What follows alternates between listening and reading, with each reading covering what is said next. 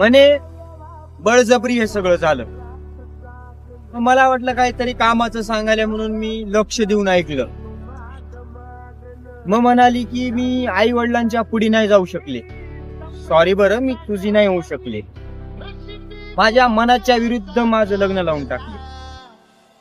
मग मी म्हणालो मांडवात तर तुला उचलून नेला असेल आणि हळद तर तू लावली नसेल आणि ती लेकरू ते शेजाऱ्याचं असेल.